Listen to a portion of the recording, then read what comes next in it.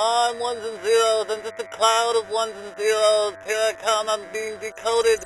Oh, good Lord.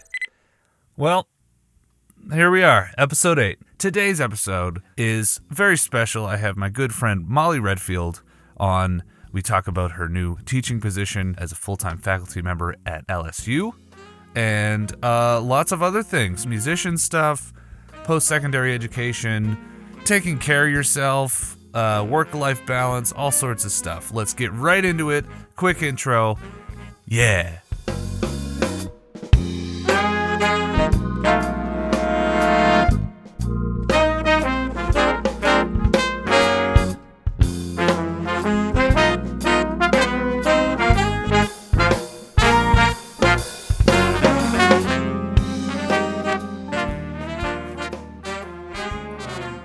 So, how should I introduce you? Let's say, so today I'm talking to Miss Molly Redfield. She's a bassist. She is a educator. She just was hired as a full-time faculty at LSU in the jazz department. Congratulations. Thank you. Big congrats. I can't think of anyone more deserving. Molly and I knew each other when we were GAs at UNLV in the jazz department also, which is like, It's like being part of an AA club. I mean, yeah, I was going to go with like a war analogy, but Yeah. I think that might be a little closer. Considering our current climate, it's probably not as... It's a little more tasteful. Yeah. Alcoholism A little more is a little sensitive. more tasteful. Depends on what you order, man. All right, so, so tell the world about yourself. Yeah. Tell my dad about yourself. He's my number one listener. Mr. Spicy. Directly shout out. Yeah. I mean, that was like me in a nutshell. I do a little bit of arranging and composing. I am educator. I just finished up my doctorate degree, so I guess now I'm a fake doctor or MD, music doctor, Jazz as Sid doctor. would say, jazz doctor. Which is kind of like, this is like a witch doctor. So Yeah. it's good that you're moving to Louisiana. That's right. It's to 'Cause then practice those you can things. shrink heads and... Hang them You'll in my have car. you'll have like chicken bones hanging off of your tuning pegs the next time I see you. Like I don't have that already. I mean, come on. That's why you got the job. That's right. right. I got the job. Yeah. I'm originally from Sacramento, California, but I've lived like in all the Western states that touch each other. So I don't know if I really have a home, but right. desert You're a and Western gal. I'm very West Coast. Yeah. That sounded gross to say out loud, but yeah. Californians. California. Taking the 50s, the 80s, the 5. It's very true though, that stereotype. Do people just talk about directions? You do, because like the only way to get to places is by the freeway, right? It's so big. So like I can literally tell you, to get to my college campus, I had to go down the 50. Your accent's slipping into Take the 50. Santa Monica Pier. That's right. And then to get my parents, you have to go on the 5 to the 80. Yeah, I got this down. Yeah, sorry. Yeah, That's so I'm okay. from California, clearly. Yeah. I surf, so that counts. You surf? I didn't know you surf. I know. surf, really? I've gotten more into body surfing now, but yeah. Oh my God, you're way Californian. I Way, didn't know that. you know. Get out. No. I'm sorry, I'll leave. If a hella slips out, you let me know, okay? You bleep that out. Yeah. But yeah, I'm just really excited to be here. Thanks, Michael. Oh, stop it. It's just way too fun, and yeah, I'm really excited. Aw. Well, so originally from California. Yeah. Yeah, I mean, you summed it. That's succinct and good. So yeah, congrats on the new teaching position. Yeah. You are a full-time. Is LSU? Is it specific? Because we at the UNLV we have jazz and commercial music. Yeah. Is it called something specific? It's assistant professor of jazz studies. Okay. That's the like fancy title that came on the offer letter. So Yeah. that's what I'm going with now. But it's a very unique campus. They actually had a master's in jazz first, and then they Okay. brought the bachelor's. And now they have a doctorate in jazz. So it's like a 3-in-1 type Some of people deal. would go through the track of just having a general BA Yeah. in music and then go choose jazz at a master's level. Yeah, But and now they have- they actually have like a true artist type of level. It kind of Yeah. matches what our artist degree is more for the bachelor's of arts. Okay. So it's I think like at my previous university, a Bachelor of Arts just meant you did almost all of the requirements of a Bachelor's of Music. Right. You know? Yeah. Where here it's like you have to take a different coursework of like, what does it mean to be an artist? How do you do that? You know, it's actually taking that word artist and going somewhere with it. That's So good. This is yeah. good. Cause I know. And that's why I was like, questions I have for you. Yeah, that's why I was like, this is perfect tie-in. But yeah, LSU's really unique campus. There's over 450 majors and 70 full-time faculty. Wow. It's Of music majors. Of 450? music majors. Wow. Yeah. That's awesome. So it's quite a big campus to step into as well. That's great. You know. And how big is the faculty there? 70 full-time. So the Music. jazz itself, Or the jazz, I jazz guess. itself has, I believe, it's kind of confusing, but there's like 3 full-time, but then I believe there's a full-time jazz guitar professor as well. So technically Okay. there's like 4 full-time. That's crazy. Out of 70 music Yeah. people, there's only, and in the South. In the That South. close to New Orleans, like where it was born. And- Come on and now. That we kind Come of on, like LSU. talked a lot about. You're on blast yeah. now. You're all of a sudden on blast. No, it's good. It's good. I go Tigers. Yeah, I think, you know, this came up a lot on my interview actually about the difference. You know, there are those different styles of jazz, and LSU specifically tries to not just play traditional jazz. I guess there's a college down the way, and they do a lot more of that kind of traditional art form, but they're kind of rethinking this Is that UNO? I'm not sure actually. Because I applied when I was leaving cruise ships. I applied to University of New Orleans. There's and I one don't even know if there was- closer.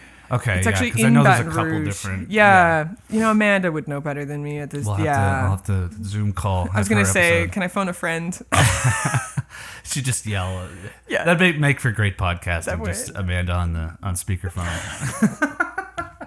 Hi, Bats. Hi, Sorry, Amanda. If you're listening, I'll have you on the podcast and Yeah. I'll paint you in a better light than I just did. Anyway, But yeah, it's really cool campus, and you know, I think once that's one of the things I'll be involved in is kind of making sure to maybe not revamp, but at least kind of re-envision some of these undergraduate requirements, Yeah. degrees, and try to make it match kind of more what a traditional quote unquote path would be. yeah. You know, but it's a happening place. I will admit, I was really in awe when I was there. So Good and- like facilities, good like I imagine. Yeah. I mean, like here's the thing: is like we always this sort of like idea that you have.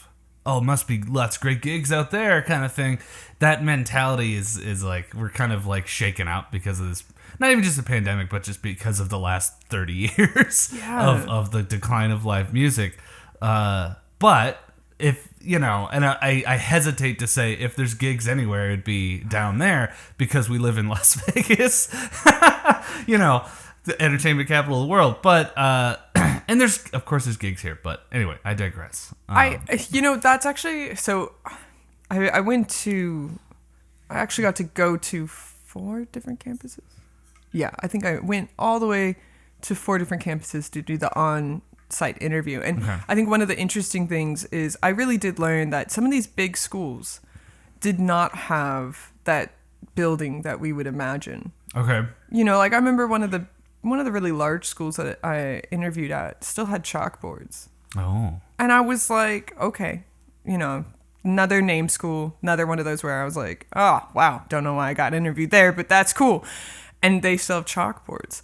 And, you know, LSU's kind of the same. They have nice facilities, but it's not like sparkly new. Where there was another school I went to, very small school, and they had like the sparkly classrooms, like what you would envision for like, oh, you know, name school. Yeah. And so I think that was really interesting for me to see that, you know, it's kind of more the people in there, not the building itself. Yeah, and that's I really not learned to that. say like I wouldn't like if it's me, I'm not gonna shy. If I get to a especially with music, like you're usually going somewhere because of who the professor is, and not so much whether they have like nice fancy new equipment. But that's definitely like that's something that I was impressed with UNLV was when I got here and we had the studio, like the actual functioning, like the full on like no real people come through this and use this recording studio type of studio, and it was like So yeah, it's like it's a good point. It's Well, like, and even like my undergrad at Sac State, like they still had to use projectors. yeah, You know, and like to set something up to do a lecture in one of those rooms, you needed all these attachments, and it was like Yeah. the most old school setup. chain of dongles. Yes, and where like when I went to UNLV and like they have a dock that everything's built into it, and you like plug in, and Yeah. like I remember like lecturing in one of the classrooms, and I was like, this is the easiest thing. And my dad came once, and he like looked and he goes, "What?" He was so mad because he teaches at my undergrad, and like here I am with this like fancy setup, and I'm like, oh yeah, this comes Yeah. with the school. So like I think. It is really interesting to me, just when I would go into these different situations and just seeing like what the things that each student has, and yeah, it was really eye opening to me. And, Well, it just makes it so you can quickly facilitate learning, right? It's not like we're past. I have all this cool stuff. Look at all this cool stuff we can Yeah. show people, but like I can't project it onto a chalkboard without a projector.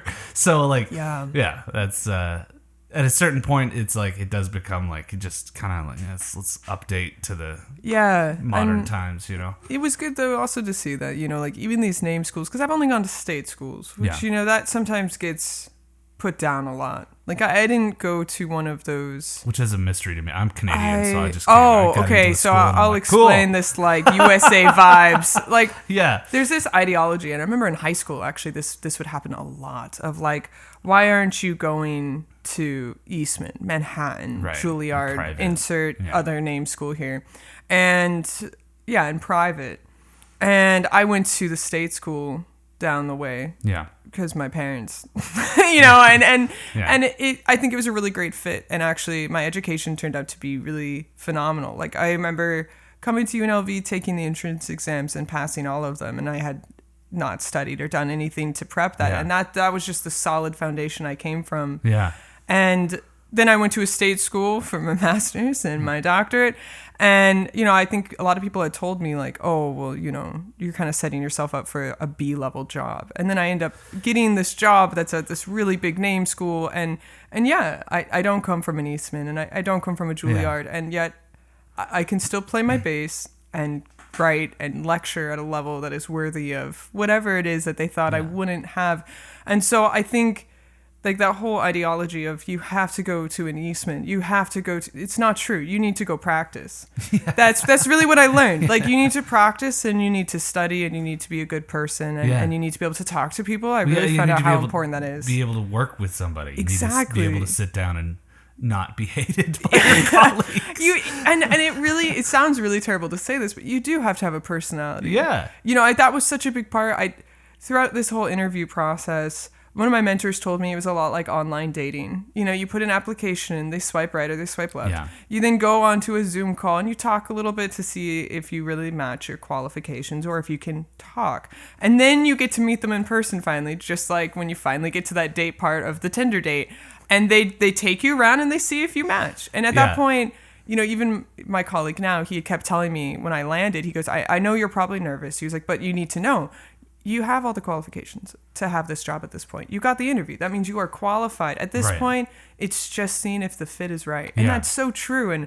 And so, you know, it's really that personality side. I should do the same, actually. Sounds your phones. Silence my phone. This segment brought to you by Tinder. I was going to say, you got a match. That was at my hands. Swipe. Which one's yes and no? Oh, right is yes. Right is yes. Okay. Oh, that's right. Oh, yeah. You met yours the traditional route. Yeah, I don't have any experience with that. If my parents ask me, I'd ask. I met mine the traditional route that scares me. I don't like that. That's why. Whatever. See, but in this day and age, we can't talk to people, and I think that's like what I learned. Like on this interview, they take you out to dinner. Yeah. And you have to make the most awkward small talk because you know everything you say is going to like that. be I'm against the best it. at small talk. Yeah, and that's like, but that's the skill you gotta Can't have. play in tune, but you know. Yeah, but I can talk real good. Yeah. But that's such a big deal. And then your ability to communicate with students, not only academically, but like they have to like you. Yeah. And so, you know, it was always a win for me when like students would come up to me afterwards and they wouldn't want to stop talking to me. And like I had to like shoo the committee members off. It's like, no, I'm not going to go in that interview room with you. I'm talking to this kid and it's really fun. But that's part of it. Like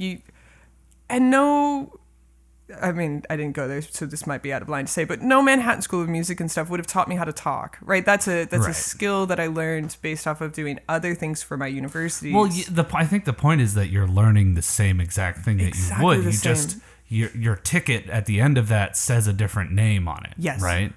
And So it's really, at the end of it, I've really learned, and I can say this now being on the other side, it's what you do Yeah. at where you go. It's not where you go. Because Yeah. anyone could go there. Exactly. Anyone could pay the $60,000-$70,000 to go there. But Yeah.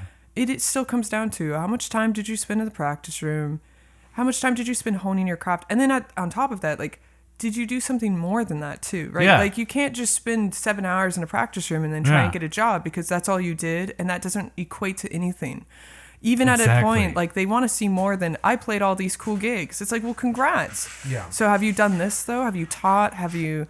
And so having kind of this, I really did learn on the other side, like having a really diverse resume was really a big win for me. And Yeah. there was a lot of boxes that I could check for them, as opposed to I play bass. Yeah. You know, and so I think that was really important. And I actually, my state schools gave me those opportunities. You know, Yeah. they had those moments for me to go to some donor dinner and talk it up and work for the dean and do all these things that were just very unique, that, you know, that was just the opportunity that could be afforded to me. Yeah, So- and it didn't have to happen at Juilliard. It didn't have to happen at Eastman. exactly.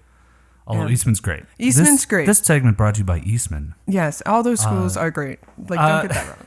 No, but I think you raise a good point in that you have like what we think of what our view of success is. I think like we all need to kind of take a step back and look at the overall picture of things, because you know, like talking to maybe my parents or someone who is maybe not a musician or whatever, or like my mother-in-law or something, just like talking about like, oh, like what could you do? What makes you a successful musician? It's like the first thing you think of, well, who have you played with, you know? And I think there's a lot of merit to that. Oh, yeah. Because if you say you played with Janet Jackson or Boyz II Men or whatever, like you're in the horn section for Boyz II Men, that's the first thing I think of. Hashtag Eddie Rich. What up, Eddie Rich? So good. Your episode's coming up soon sometime.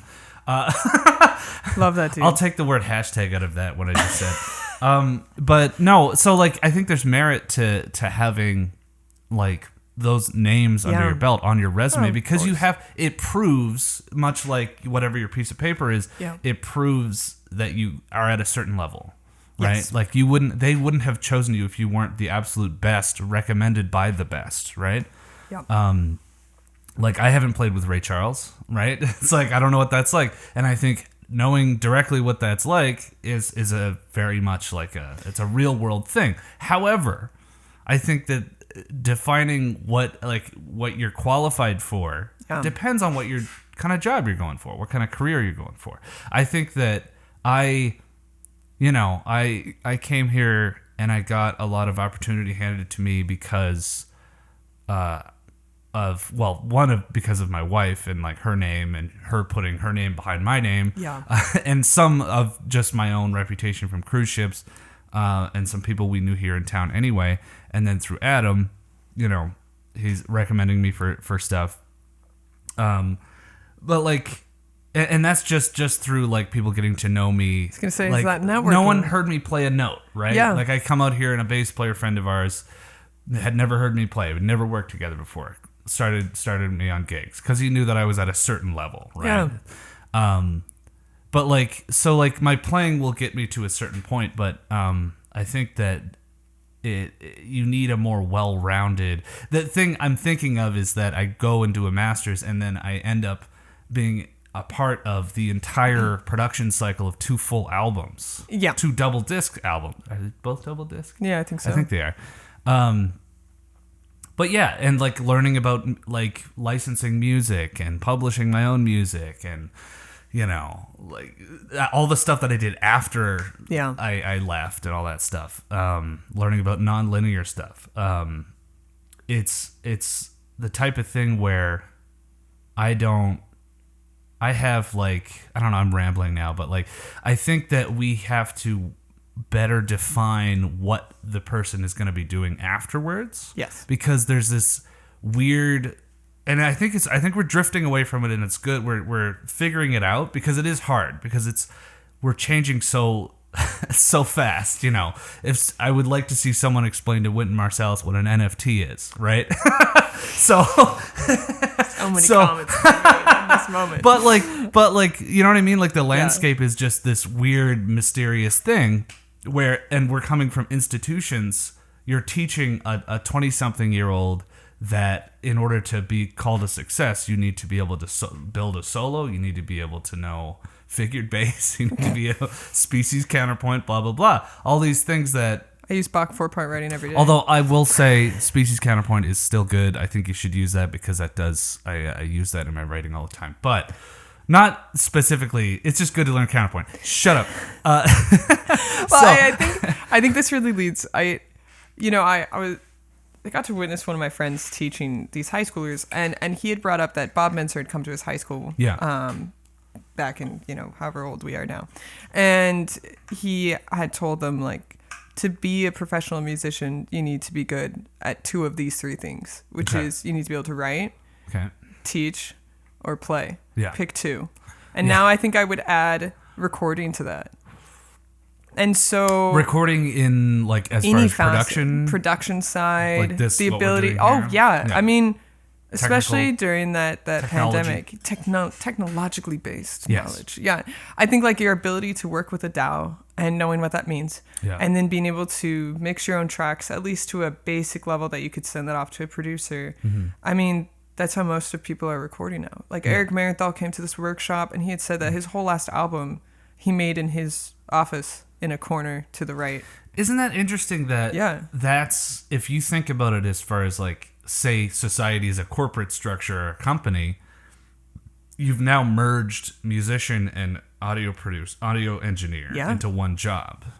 So it's like, I wonder what the impacts of people who are going through audio engineer degrees are because they're gonna see a decline in their business, people coming to them for mysterious thing called recording their music, I think the things that are going to change, just even based off of what I've seen now, is I think that whole idea of going into the studio is going to go away. Because why would you want to pay $400 to use the same mics that you have and the same setup that you have? $90 on Amazon. We got what we're recording on right now. So and to use a click track, which you were going to use anyways, and it's different now. It isn't really as, I think, organic as we used to be. I hate to throw that because that's a rabbit hole to go down, but I really, that whole natural interactions, we're going to catch that on a microphone. That doesn't happen anymore. People overdub their solos later anyways. All these things are really changing. Yeah, that's interesting. And so I think I think there's still a place for that. There definitely is, but I still think like most of the jobs for those people getting studio, like recording artistry things, is going to be that second step, which is most of us don't have the skills to master to the level that we hear in our head. And so I think like Jacob Collier, for instance, he does all of his basic mixes, but then he sends it to the studio to have it mastered. Well, and I have a Discord server that with a couple of friends of mine that we sort of just pass our productions to. So like, can you listen to this track? Does the mix sound okay? Blah, blah, blah. And there's people on there, Yoni Kessler. Maybe I'll interview you one day. I'll add you. I think you're on the list. Whatever. I have a huge list of people to interview. He has great. His skills in mastering and mixing are like just leagues above mine. So it's like any input he can give me is amazing. But I'm also probably just gonna end up sending him stuff because I don't have time. Exactly. They're basically it's like an editor. Right? So I can hire him. Yeah. I think, but that's my point, is that some people are good at this and some people are good at that. Yeah. So this weird cyclical thing where you go to jazz school so that you become a professor to teach kids, who then go to jazz school to become a professor to teach kids, and blah, blah, blah. That's as far as when I was in my bachelor's, which was over a decade ago. Jesus Christ. It's over a decade ago. Old. I graduated over a decade ago. Old. I remember thinking like I can either find a gig or find a teaching gig. right? And those are kind of like the only two things that I was aware of, just from my specific program at my specific school. I'm not saying that, and like that's probably changed. And Oh stuff, no, but, I think that's what we're kind of under the scope of looking at, especially like the questions that I got on these interviews really do reflect that we're trying to rethink what a bachelor's degree is, and I think like thinking of that Mincer quote. I think our job now in the undergraduate degree is to just introduce you to all those different facets. Yes. Right. And the classes they're creating now are so different. Like we didn't have a recording artistry class when I was, in school. We didn't have a business management class when I went to undergrad. And it hasn't been 10 years. I guess it's been 7. So, but still it's this idea that you just need to get introduced to the other career that's available in art. I think that idea that everyone has in their head of the professional musician, which is they go on stage and play, that doesn't exist. I really don't believe that. Right. I kind of question if it did. That's well put. Yeah. And I remember this quote. I don't remember who said it, but he used to say this to our high school band all the time, which was, if you want a 9 to 5 job, you're going to have a 5 to 9 job. Or if you want a 5 to 9 job, you're going to have a 9 to 5 job. Yeah, there you go. Basically, if you want to work at night playing, you're going to still have to have a day job. But isn't that crazy? Like, we chose a profession where it's like working to death is the goal. Well, for real though. But I can get more work. Yes. I think motherfucker, I want to come home and take a nap. But I think like that's the like. So I look at my teacher and mentor Katie Thoreau, right? Mm-hmm.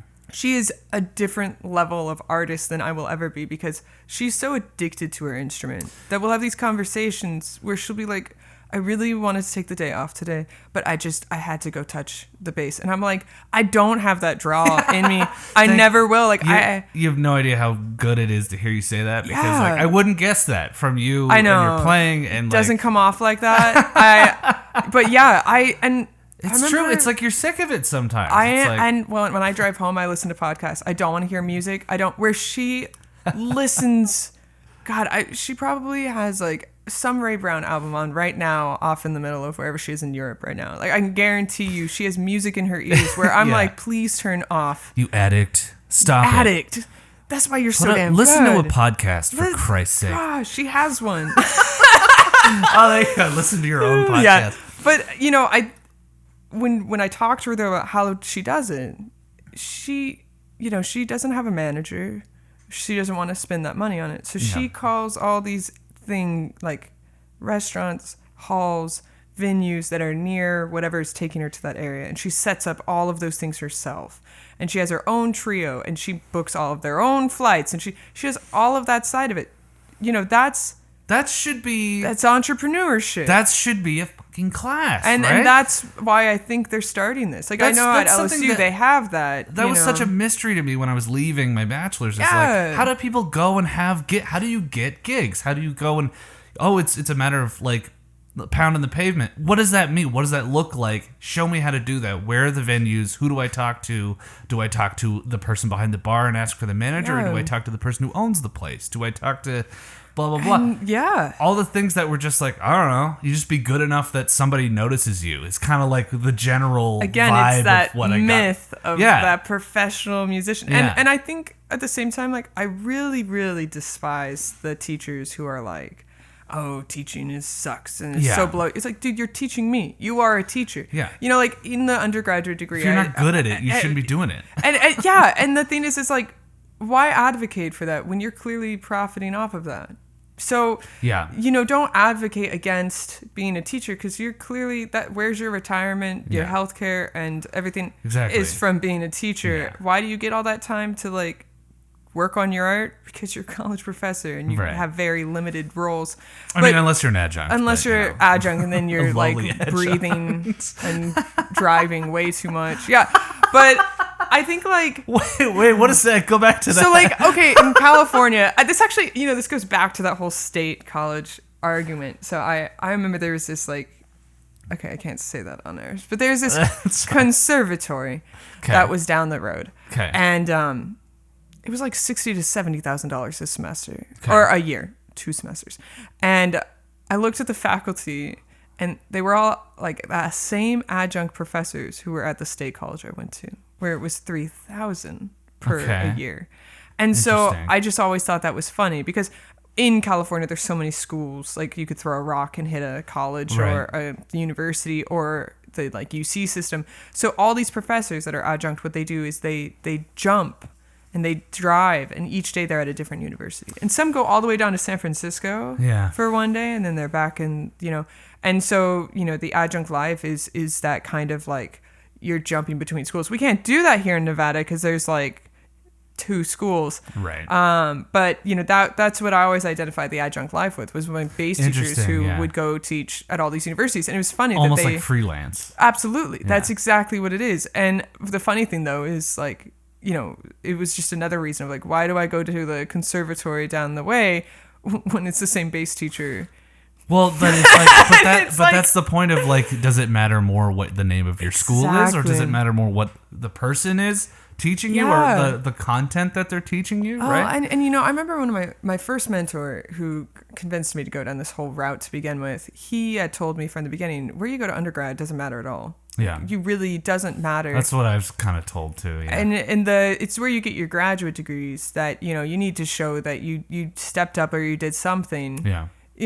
And I still think it's what you did at that school still. I mean, I really, if I went to Eastman, okay, great, that'd be a name behind it, but I don't necessarily think that, I got the job. So I can't say I'd be more advantaged and get a job because I got a job. So it's hard to be on this side and still say that to this day because I don't know. UNLV was a step up from my undergraduate degree. Yes. Could I have gone a step further? Absolutely. To get my doctorate, but I didn't. I think all the time though, like an undergraduate institution, like at the undergrad level, is really now just a taste of all this. Because within the sound engineering itself, there's like what you're doing with the game music, the sound, all of the soundscaping you create and sound design. Thank you. Couldn't think of the word. I was like, how many things start with sound?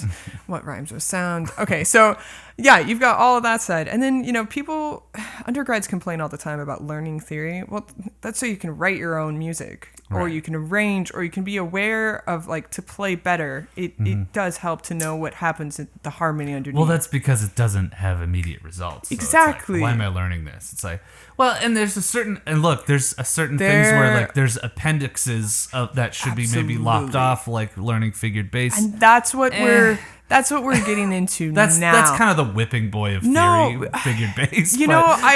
So my dad's college really took the that whole kind of Black Lives Matter movement to heart. Okay. And they went first to music theory and music history. And that was like one of the first things they lopped off. It's like, why are we spending a whole semester teaching medieval history? Yeah. And we're not going to spend any time talking about rap, hip hop, any music from Eastern Asia.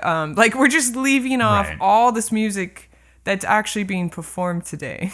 To spend a semester talking about Gregorian chant. And so, and learning how to write and read, that all these things are antiquated. And I do believe, I wish I could remember his name. There's a great scholar who talks about, there's some racist teaching and ideology within that it's based in white Western tradition, and we're gonna really learn that. Adam Neely has a video about that. Not that obviously that's not the scholar but I'm really trying to think of it'll hit me like in the middle of this, or I'll look. Well, it's later. The assumption that Western music is superior and all that stuff, and leaving out. It's okay to teach it. Like I don't want to throw anything off here, but you've got to teach. We still use all of it.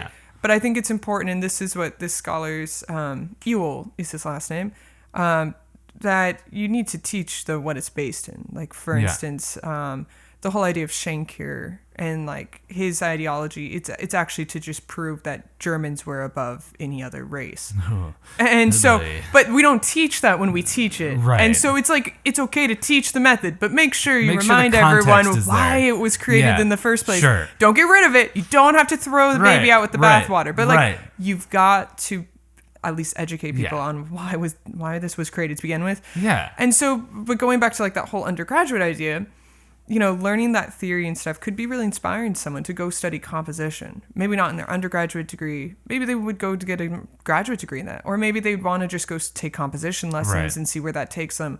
Or, people complain about history too. But there are complete careers in history. And I think, like, for me as a player, not reading those really dull, like, bebop was created because, musicians were angry. Like, that is so... Does that say, is that written somewhere? There's these textbooks that are like, no. the music is bedlam. It's like, okay. And they, it sounds fast and angry. And it's like, that is the most far... The new craze sweeping the nation. Bebop. Black jazz. Black bebop. But if you learn that, like, as opposed to white bebop. But so if you know, though, that during that time that they were coming back from World War II and, like, black vets were getting their eyes gouged out still Jesus as Christ. like signs of racism, and they still didn't have basic rights even though they died for the country. So this music came out of those feelings, and Dizzy, like, talks a lot about this of, like, yeah, it may sound like bedlam. My life was bedlam. Like, knowing that should change how you play, but it's not anthropology. But it's fucking, it's bedlam. It's organized bedlam, man. It's like, it's the most, like, eloquently stated fucking, like, sonic poetry that you could have. Exactly. And that's, I think that there's more literature saying that. There's more, but again, you have to be into the research. You can't just read one of those textbooks that you get in your history class that is so just kind of like, okay, we're gonna just say these statements because it's too much information to go into that much context. And now it's like, so it's like, if you can only get a surface level understanding, I think that you need to include certain things in that surface level understanding in order to give a better overview, rather than go like, well, jazz players call each other cats. Yeah, but that's the thing. Like, I think being in those undergraduate classes and maybe learning these, like, few nuggets of knowledge could inspire people to go down the history route. Because, like, I love research. Like, I'm such I'm a nerd. But, like, I really... I'm kind of a nerd. Kind of. She's, for our listeners, she's wearing a pocket protector. Hell yeah. And got my big glasses on. I don't know why I went Southern. That was, like, the wrong accent to do there. Sorry, I was trying to fit in. I get it. Going to Louisiana. I understand. Right. But, like... I actually had fun writing my doctoral document. Yeah. It was fun to do my own research, and well, you're genuinely interested in what you're doing, so it's like, that's who you want. Exactly, and so, like, but that's another path you can go into that people might not be aware of, and then you can go into yes, you can play. All of us can play, but I hate to break it to anybody, like, that can't be your only trick. It has to be. I think that has to be at the core, but I think that.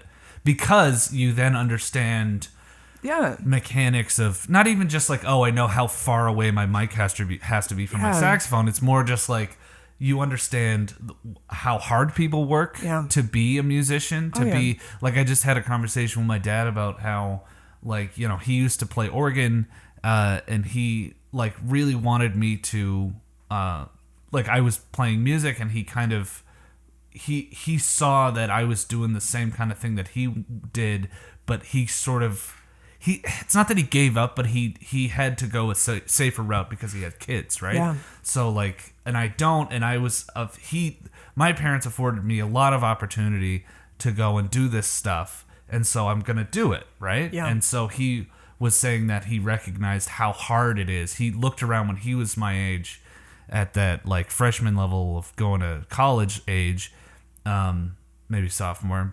and saw how hard people had to work in order to maintain that, like, in order to do the 5 to 9 thing that you're talking about. And it's like he respects it, right? And because, like, so I think that having that at its core, playing an instrument and knowing how fucking long it takes to get to a certain point, to just be able to play a solo over some changes and not sound like you're skating over them. It takes fucking years, man. It takes more than 4 years. And that's the thing. Like, I just, there's, like, two thoughts I have off that. One is, like, clearly there are people, like, take Sammy Nesco. He didn't continue playing the trombone, right? He went to writing and probably I didn't even know he played the trombone. Exactly. What's the other famous? Is it Quincy Jones played the trumpet? Okay. And then because of an aneurysm in his forehead, that's why he went to producing or something like that. I don't. Hopefully Quincy, that's correct. Your episode's coming up, Quincy. That's right, Quincy. If you want to be on. That'd be lit. Yeah. But the other side of that is, like, my parents saw within me that I am not suitable to teach secondary students. Like high school. Yeah. Yes. And that my father, though he did that. Why? Because they're not. Why? Well, I think it's changed now, but when I was younger, I had no patience. Yeah. I really didn't. I couldn't handle a puppy being in the room when I was doing homework. It's like a famous story in my family. They like bought a puppy for me because I asked for one for my birthday. And I remember this is gonna make me sound like even more of a nerd, but I was doing calculus homework, and then the puppy like would not leave me alone. And so I picked it up and I went to my bedroom, my parents' bedroom, and I dropped it and said, "This is yours now." And I walked. It's Oh my like God. 16-year-old me. This puppy is a nuisance, father. I was so Trying to I had do it. calculus in I here. couldn't do my calculus, man.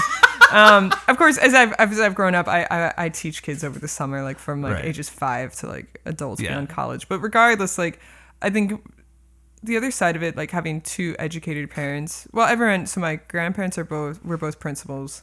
Yeah. My parents both taught in public education for like over 30 years. My sister teaches sign language at a high school, and my Oh, brother-in-law wow. teaches. At high school? That's Yeah, pretty cool. I isn't didn't that know they- tight? That's awesome. Yeah, and California alarm. that's right. Tight.